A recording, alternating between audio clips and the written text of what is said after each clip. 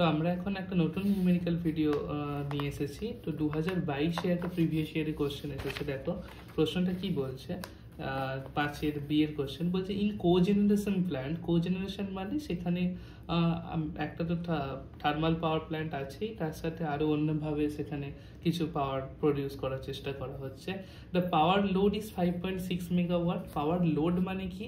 পাওয়ার load মানে তুমি turbine থেকে যে আউটপুট পাচ্ছ সেইটা পাওয়ার সাপ্লাই দিচ্ছ, তাহলে সেটা হচ্ছে 5.6 মেগাওয়াট। এবং হিটিং লোড এবং তার জন্য যে প্রয়োজনীয় হিটিং প্রয়োজন হচ্ছে সেই লোডটা হচ্ছে 1.163 মেগাওয়াট, এবং সেখানে যে হিট সাপ্লাইটা দিতে হচ্ছে সেটা 1.163 মেগাওয়াট। এবং steam is generated, steam generate করা হচ্ছে 40/500 ডিগ্রি সেন্টিগ্রেড এবং ইজ এক্সপ্যান্ডেড আইসেন্ট্রপিক্যালি। আইসেন্ট্রপিক এক্সপানশন এখানে করা হচ্ছে, এখানে কোনো রকম ডেভিয়েশন নেই। আইডিয়ালি এটা ধরে নেওয়া হচ্ছে থ্রু টারবাইন টু কন্ডেন্সার, এবং কন্ডেন্সারের প্রেশার এখানে বলে দেওয়া আছে 0.06 বার। কন্ডেন্সারের পরের যে প্রেশার মানে কন্ডেন্স যে প্রেশারে হচ্ছে। The heating load is supplied, এবং হিটিংটা কিভাবে করা হচ্ছে সেইটাকে সাপ্লাই দেওয়া হচ্ছে by extracting steam from turbine. Turbine থেকে স্টিম এক্সট্রাক্ট করে নেওয়া হচ্ছে আর 2 বারে টারবাইন থেকে স্টিম এক্সট্রাক্ট করা হচ্ছে, which condense in the process heater, যেটা প্রসেস হিটারে কন্ডেন্স করা হচ্ছে টু দ্য স্যাচুরেটেড লিকুইড এর 2 বার, এবং 2 বারের স্টিমকে 2 বারের প্রেসারে করা হচ্ছে, দেন পাম্প ব্যাক, এবং সেটাকে পাম্প করে বয়লারে পাঠানো হচ্ছে। সেই জলটাকে কিন্তু আর ওয়েস্ট করা হচ্ছে না, সেটা হিটিং কাজে লাগানো হলো, পরে আবার বয়লারে পাঠিয়ে দেওয়া হচ্ছে। Compute the steam generation capacity of the boiler. এই বয়লারের স্টিম জেনারেশন ক্যাপাসিটি কত, মানে কত পরিমাণ স্টিম জেনারেটেড হচ্ছে টোটাল বয়লারে, সেটা আমাদের বার করতে হবে। সেটাকে যদি আমরা m.s ধরে নিই, মেন স্টিম জেনারেশন, সেটা। The heat input to the boiler, বয়লারে কত পরিমাণ হিট ইনপুট করেছে সেটা। The fuel burning rate of the boiler, কয়লার ক্যালোরিফিক ভ্যালু বলে দেওয়া আছে, এবং সেখানে কত পরিমাণ ফুয়েল বার্ন করা হচ্ছে সেটা, এবং সেখানে বয়লারের এফিসিয়েন্সি বলে দেওয়া আছে 88%। হিট রিজেক্টেড এট কন্ডেন্সার, এবং net rate of flow of cooling water in the condenser, temperature rise যেখানে 6 ডিগ্রি, এবং নেগলেক্ট পাম্প ওয়ার্ক। তো আমরা এই কোশ্চেনটা দেখো আলোচনা করব, তার জন্য তোমাদের যা প্রয়োজনীয় সেটা আমি তোমাদের এই ভিডিওর মাধ্যমে বুঝিয়ে দেবো। দেখো আমাদের যে গিভেন ডাটা সেটা হচ্ছে পাওয়ার প্ল্যান্টে যে লোড দেওয়া আছে সেটা হচ্ছে 5.6 মেগাওয়াট। তার মানে তোমাকে বুঝতে হবে যে টারবাইন যে আউটপুটটা দিচ্ছে সেটাই কিন্তু এই 5.6 মেগাওয়াট। হিটিং লোড 1.163 মেগাওয়াট বলা আছে, তার মানে এটা প্রসেস হিটিং অথবা যে হিটিংটা করা হচ্ছে সেটার জন্য এটা ইউজ হচ্ছে। 40/500 ডিগ্রি সেন্টিগ্রেড এবং আইসেন্ট্রপিক এক্সপেনশন মানে সেখানে কোনো রকম ডেভিয়েশন নেই। আচ্ছা, মানে তার মানে কি, আমরা টিএস ডায়াগ্রাম যখন দেখব, টিএস ডায়াগ্রামে টারবাইনের যে এক্সপানশনটা সেটা এনট্রপি লাইনের করেসপন্ডিং মানে স্টেট লাইন হবে। কন্ডেন্সার প্রেসার বলে দেওয়া আছে, 2 বার থেকে স্টিম এক্সট্রাক্ট করা হচ্ছে হিটিং এর জন্য। এবার দেখো এই যে টিএস ডায়াগ্রামটা আমি এঁকেছি এটা আমি কিভাবে ড্র করলাম। দেখো বেসিক্যালি আমি যদি টিএস ডায়াগ্রামটাকে ড্র করি তাহলে কি পাবো, এখানে কন্ডেন্স করা হচ্ছে, আর এখানে আমি 40 বার, এটা হচ্ছে 40 বারে তুমি এখান থেকে পাচ্ছ, এইটা ফেজ চেঞ্জ হচ্ছে, এবং এইটা আলটিমেটলি কি যাচ্ছে দেখো এই পয়েন্টে তুমি আসছো, এবং এই পয়েন্টটাকে ধরে নিলাম আমি 1 পয়েন্ট, এবং এই পয়েন্টটাকে ধরছি আমি পয়েন্ট সি, এবং মাঝে এই যে পয়েন্টটা ড্রাইনেজ ফ্র্যাকশনকে কাট করছে সেটা ধরলাম পয়েন্ট 2। এই বলছে এই ঠিক এক্স্যাক্টলি এই পয়েন্ট থেকে তোমার কিছু পরিমাণ স্টিম এক্সট্রাক্ট করে নেওয়া হচ্ছে, এবং এইখানে প্রেসার কতটা হচ্ছে 2 বার প্রেসার, 2 বার প্রেসারে স্টিমকে এক্সট্রাক্ট করে নেওয়া হচ্ছে, এবং সেইটাকে পরে পাম্প করা হচ্ছে। তাহলে এখানে দেখো 3 to 8 যদি 4 নামবি, 3 to 4 এমনি টোটাল স্টিমের কন্ডেনসেশন হয়েছে বাকি বেঁচে থাকা স্টিমের, এবং 4 to 5 এখানে পাম্প কিছু ওয়ার্ক ডান করেছে যার, এবং এখানেও 2 বারে যেটা স্টিমকে এক্সট্রাক্ট করা হলো এটা বলছে 2 বারে লিকুইডে পরিণত হবে, এবং এখানেও পাম্প ওয়ার্ক ডান করতে হবে, তবে কিন্তু তুমি এইটাকে আবার পুনরায় এর মাধ্যমে বয়লারে পাঠাতে পারবে। তাহলে 4 to 5 হচ্ছে পাম্প ওয়ার্ক ডান আমি কিছু করলাম, এবং এখানে এটা যদি নাম দিই 6, এটাকে যদি 7 নাম দিই, 6 to 7ও কিন্তু পাম্প ওয়ার্ক ডান করলাম, এবং এইগুলো লাইনগুলো স্টেট হবে যেহেতু আইসেন্ট্রপিক পাম্প ওয়ার্ক ডান এবং আইসেন্ট্রপিক টারবাইনে এক্সপেনশন হচ্ছে। তো এই সার্কিটটা আমি এখানে ভালোভাবে এঁকেছি, দেখো আমি তোমাদের বোঝাচ্ছি। এই দেখো সার্কিটটা কি আছে, টিএস ডায়াগ্রাম, এটা সার্কিট ঠিক না, মানে টিএস ডায়াগ্রাম। তো টিএস ডায়াগ্রামে দেখো এখানে কি করা হয়েছে না, 40 বারে টোটাল মেন স্টিম এখানে ছিল, m.s আমি মেন স্টিমকে ধরে নিয়েছি, 40 বারে এখানে ফেজ চেঞ্জ হয়েছে, তারপরে 1 পয়েন্টে গেছে, 1 থেকে যখন একদম টারবাইনে এক্সপ্যানশন হচ্ছে, এই দেখো এটা আইসেন্ট্রপিক এক্সপ্যানশনটা 1 to 3 টা স্ট্রেট লাইন, এবং এই স্ট্রেট লাইনের মাঝের কোনো একটা জায়গা থেকে টারবাইন থেকে স্টিম ট্র্যাপ করা হয়েছে কতবারে, 2 বারে বলে দেওয়া ছিল। কোশ্চেনটা ভালোভাবে পড়ো যে 2 বারে, এই যে 2 বার steam extraction to the supply heating loads maintain করার জন্য, তো 2 বারে আমরা স্টিমকে এক্সট্রাক্ট করছি। এবার টোটাল স্টিম জেনারেট হয়েছিল আমি ধরলাম m.s, আর তার মধ্যে m ডট পরিমাণ স্টিমকে আমি এক্সট্রাক্ট করে নিচ্ছি, এবং সেটা 6 to 7 দেখো পাম্প আমি ওয়ার্ক ডান করেছি আবার বয়লারে পাঠানোর জন্য, এবং 3 to 4 কনডেনসেশন হয়েছে বাকি বেঁচে থাকা স্টিমের। তার মানে এই 2 to 3 এইখানে কতটা স্টিম নেমেছে, টোটাল m.s নাম ছিল 2 পর্যন্ত, তার মধ্যে m ডট বার চলে গেল, তাহলে কনডেনসেশন কতটুকুর হয়েছে না m.s মাইনাস m.এর হয়েছে অবভিয়াসলি, কারণ এতদূর পর্যন্ত m.s আসছিল, তার মধ্যে থেকে দেখো এখান থেকে m ডট বেরিয়ে গেল, তাহলে এইখানটা কত, এখানটা হচ্ছে m.s minus m dot, right? তো এইটাকে আমি কনডেন্স করছি 3 to 4 A, 4 to 5 A pump work done করতে হয়েছে, তারপর এইটাকে আমি বয়লারে পাঠাতে পেরেছি। তো এইটা হচ্ছে টোটাল আমাদের টিএস ডায়াগ্রাম।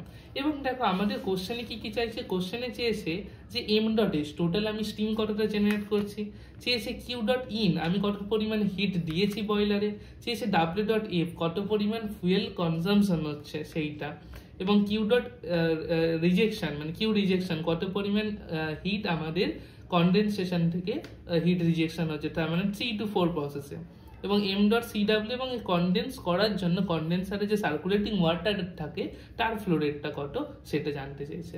দেখো এইটা জানার জন্য আমাদের বেসিক্যালি আমরা আগেও বুঝেছি যে q.in এ আমরা কিভাবে বার করব। q.in দেখো আমরা হিট ইনপুট করছি কোথায়, দেখো এই যে হিটটা আমাদের আছে সেটা হচ্ছে প্রথমত আমরা যদি m.s এর কথা ভাবি, m.s এর জন্য তুমি টারবাইনের ওয়ার্ক আউটপুট থেকে পেয়ে যাবে, তুমি wt সমান কি জানো যে এনথালপি চেঞ্জটা যেটা হবে টারবাইন এক্সপেনশনের জন্য।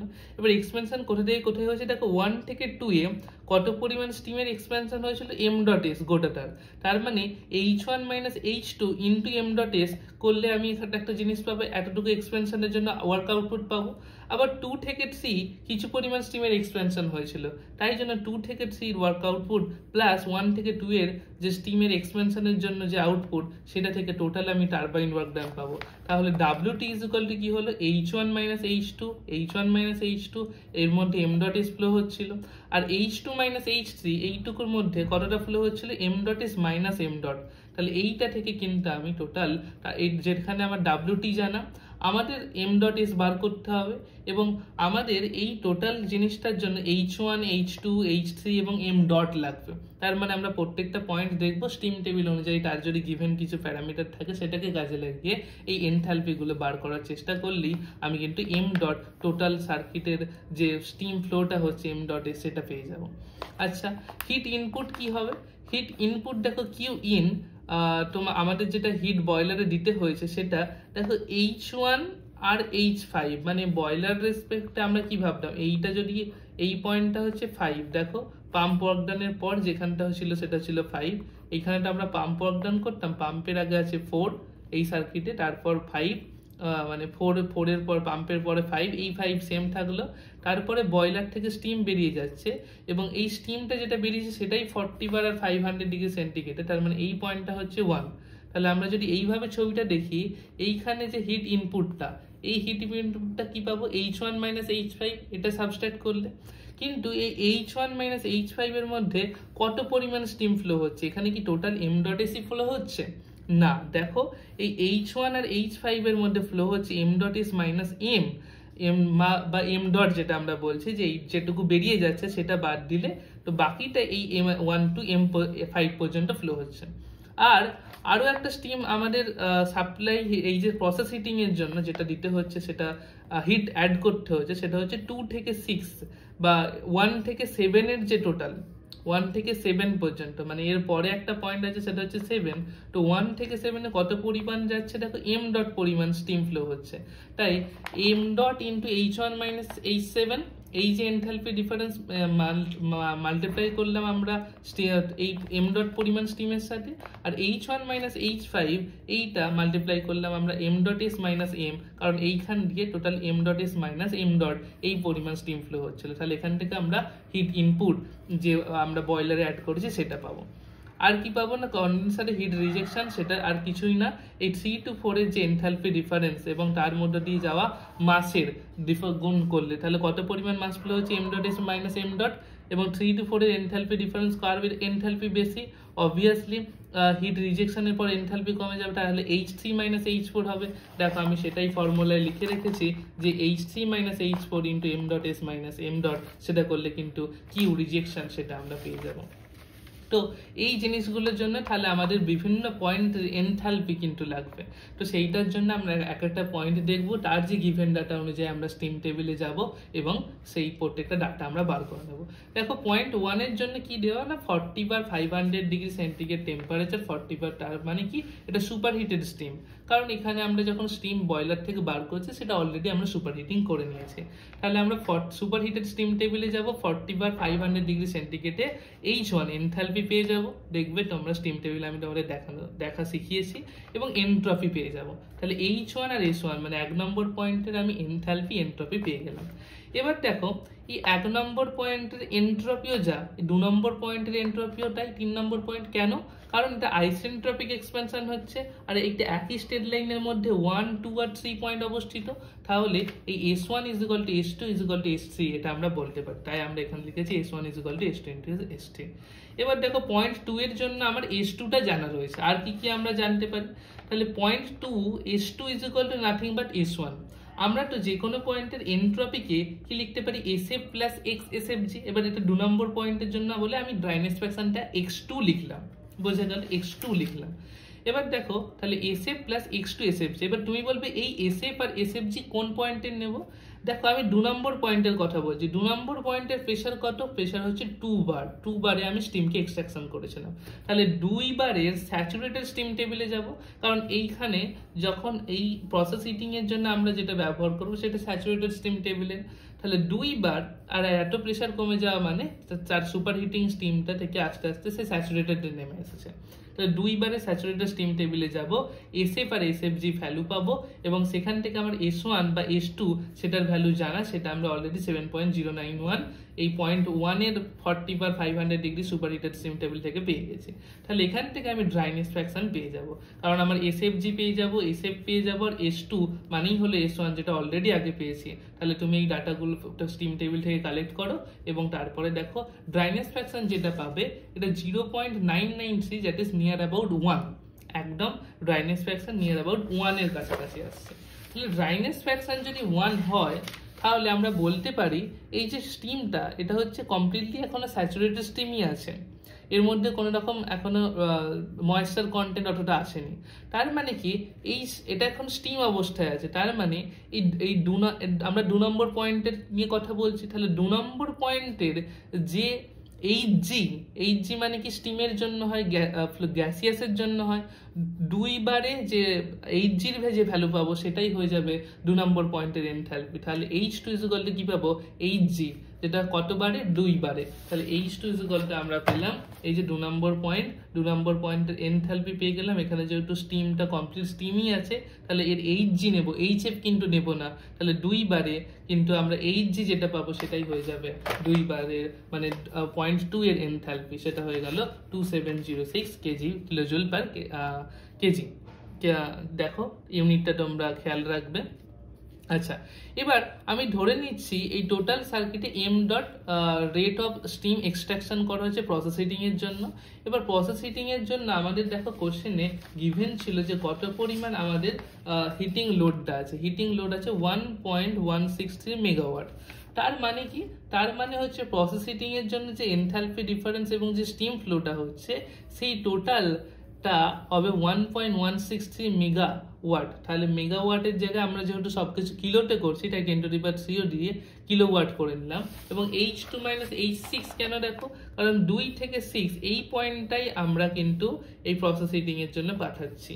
তাহলে H2 মাইনাস H6 এই দুটোর enthalpy difference with m dot যদি আমরা মাল্টিপ্লাই করি তাহলে আমরা এই 1.16 ইন্টু 10⁻³ মানে হিটিং লোডটা মিট করতে পারবো। তাহলে এখান থেকে কি পাবো দেখো, আরেকটা H2 মাইনাস H6 এখানে কি হচ্ছিল না, H2 মাইনাস H6 এই যে পয়েন্ট H2 মাইনাস H6 দেখো নাথিং বাট ফেজ চেঞ্জ হয়েছে।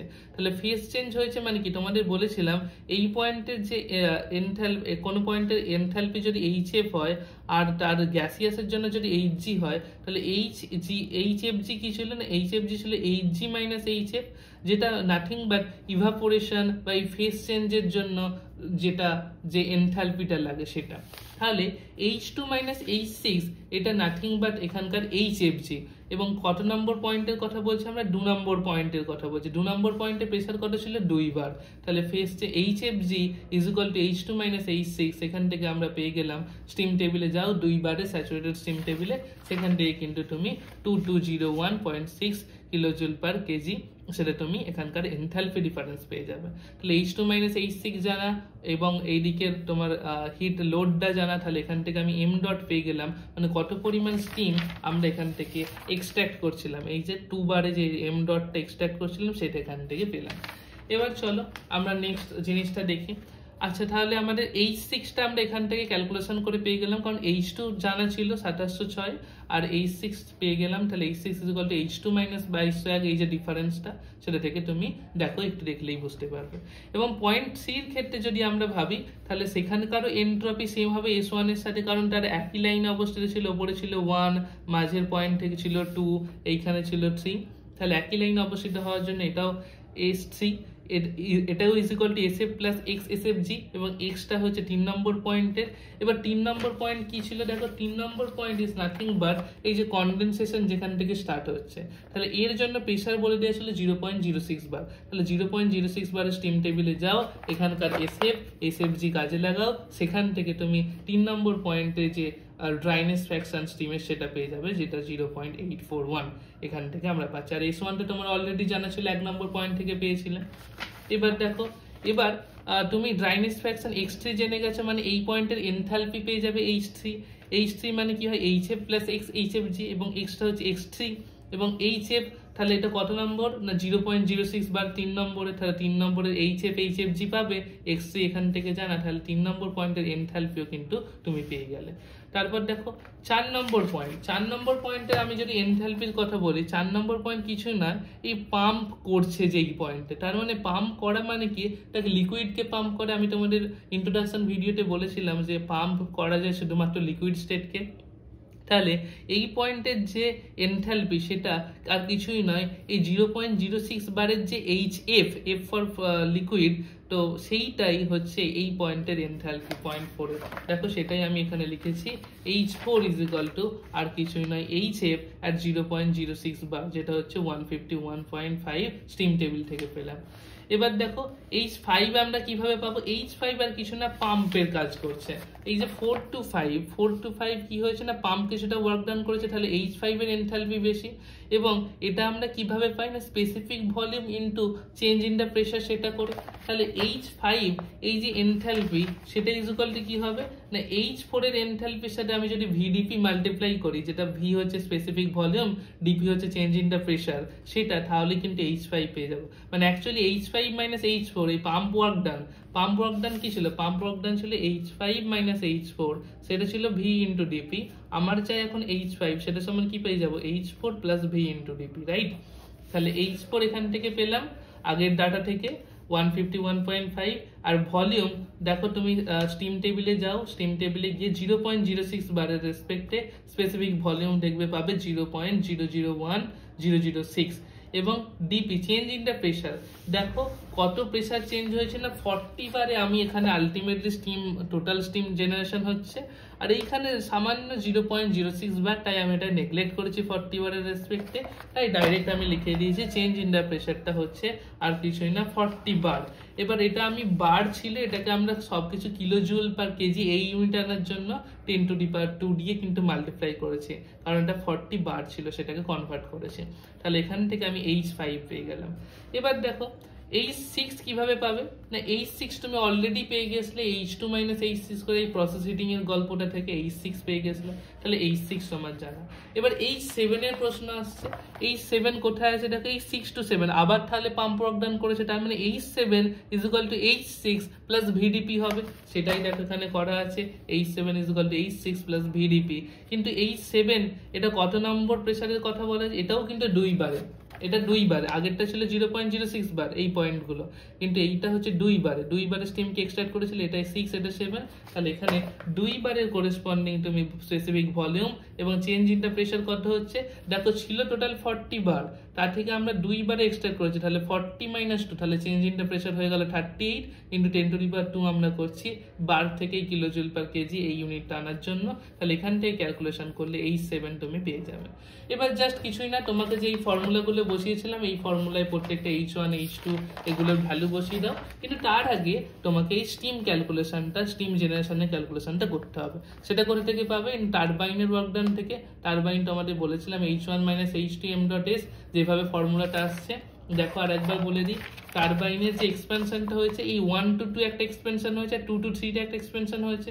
1 to 2 এর যে এক্সপেনশন সেখানে শুধুমাত্র কে যাচ্ছে, সেখানে টোটাল m.s যাচ্ছে কি না, m.s যাচ্ছে না, সেখানে কতটা যাচ্ছে দেখো, এইখানে 1 to 2 এ টারবাইনের কিন্তু m.s, হ্যাঁ m.s পুরোপুরি যাচ্ছে, কিন্তু 2 to 3 তে m.s থেকে সামান্য m. বাদ চলে গেছে, তাহলে 2 to 3 হয়ে যাবে m.s minus m. তাহলে m.s into H1 - H2 আর m.s minus m. into H2 - H3 করলে কিন্তু টারবাইন আউটপুট পাবে, যেটা কিন্তু তোমার কোশ্চেনে গিভেন ছিল যে 5.6, এখান থেকে 5.6 মেগাওয়াট ছিল, আমরা কিলোওয়াটে এনেছি তাই 10⁻³ রেখেছি। এবং এখান থেকে তুমি প্রত্যেকটা ডাটা বসাও, H1 H2 m.s তুমি রেখে দাও, আর m. এর ভ্যালু কিন্তু তুমি আগে পেয়ে গেছো 0.528, কোথা থেকে পেয়েছিলে এই প্রসেস হিটিং এর গল্পটা থেকে, তাহলে এখান থেকে কেজি পার সেকেন্ডে আছে সেটা, এবং তাহলে তুমি এখানে m.sটাও যেটা পেয়ে যাবে কেজি পার সেকেন্ড। এবার এটা যদি তোমার টন পার আওয়ারে চাই তাহলে কি করবে, যেহেতু কেজি পার সেকেন্ড আছে তাহলে 3600 দিয়ে গুণ করবে টন পার মানে কেজি পার আওয়ারের জন্য, আর 10⁻³ দিয়ে ভাগ করবে, কারণ 1 টন = 1000 কেজি, সেই জন্য 10⁻³ দিয়ে ভাগ করলাম, তো 16.72 টন পার আওয়ার আমি এখানে টোটাল স্টিম জেনারেশন বা steam generation capacity option A এর অ্যান্সার পেয়ে গেলাম। কিউ ইন সমান তোমাকে ফর্মুলা বলেছিলাম m.s minus m. H1 - H5 H1 - H7 into m. এখানে just H1 H5 H1 H7 সব ভ্যালু তুমি জানো, m.s অলরেডি পেয়ে গেছো, এখানে আগে m. পেয়েছিল 0.528, সেগুলো বসিয়ে দাও, তাহলে কিন্তু কিউ ইন পেয়ে যাবে, এবং ইউনিটটা খেয়াল রাখবে তোমার ইউনিট ক্যালকুলেশন করে কি আসছে। আচ্ছা, এফিসিয়েন্সি অফ দ্য বয়লার তোমার বলা ছিল, যেটা ছিল 0.88, এবার বয়লার এফিসিয়েন্সি সেটা মানে কি হয় নাকি, হিট ইনপুট যেটা করেছো আর নিচে কয়লার দিয়ে যতটা তুমি দিয়েছো, মানে কয়লার ক্যালোরিফিক ভ্যালু ইনটু কত পরিমাণ কোল কনজাম্পশন হচ্ছে, সেটাকে আমি W.F দ্বারা দেখিয়েছি ইনটু CV, এটা গিভেন আছে, দেখবে কোশ্চেনে বলে দেওয়া আছে, এই যে 25 megajoule per kg is coal calorific value, তাহলে এখানে আমি এটা ইউজ করেছি, এবং সবটাই যেহেতু মেগা আছে, এই আমার কিউইনও মেগাতে রেখেছি, তাই এখানে 15.099 এবং এটা 0.88 × 25, এটা ক্যালকুলেশন করলাম, কেজি পার সেকেন্ডে তুমি অ্যান্সার পাবে, এটাকে তুমি টন পার আওয়ারে করতে গেলে 3600 ইন্টু ডিভাইডেড বাই 3 করে দাও, তাহলে এখান থেকে তুমি এই ক্যালকুলেশন পেয়ে যাবে। নেক্সট দেখো কি আছে না, হ্যাঁ কন্ডেন্সারে যে হিট রিজেক্টেড হবে সেটা তোমাকে অলরেডি বলেছিলাম যে এটা ছিল H3 আর H4 এর গল্প, এবং সেখানে কত পরিমাণ স্টিম ফ্লো হচ্ছিল দেখো, H3 আর H4 এ m.s minus m. তাহলে m.s minus m. Into H3 - H4 করলে কিন্তু কিউ রিজেক্টেড সেটা পেয়ে যাবে। কিউ রিজেক্টেড আমরা এখান থেকে m.s এর ভ্যালু জানি, m. এর ভ্যালু জানি, H3 H4 বার করে নিয়েছি, পেয়ে গেলাম এত কিলোওয়াট হিট রিজেক্টেড হচ্ছে।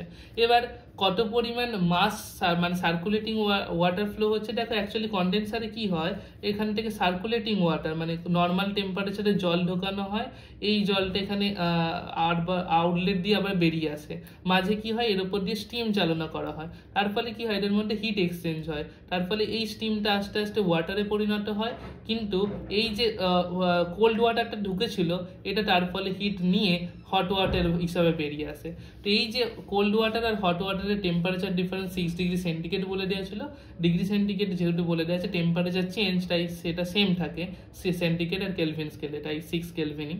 আচ্ছা, আর আমরা লিখতে পারি যে কোনো পরিমাণ হিট, সেটা যেটা রিজেক্টেড বা অ্যাবজর্ব যাই হোক না কেন, সেটা এমসিপি ডেল্টাটি, যেখানে সিপি আমরা ওয়াটারের ইউজ করব, এবং সেটা হচ্ছে 4.187। আমরা যদি কিলো নিয়ে মানে কথা বলি, যেহেতু কিলোওয়াট আমরা এখানে কিউ রিজেক্টেডের জন্য ইউজ করছি।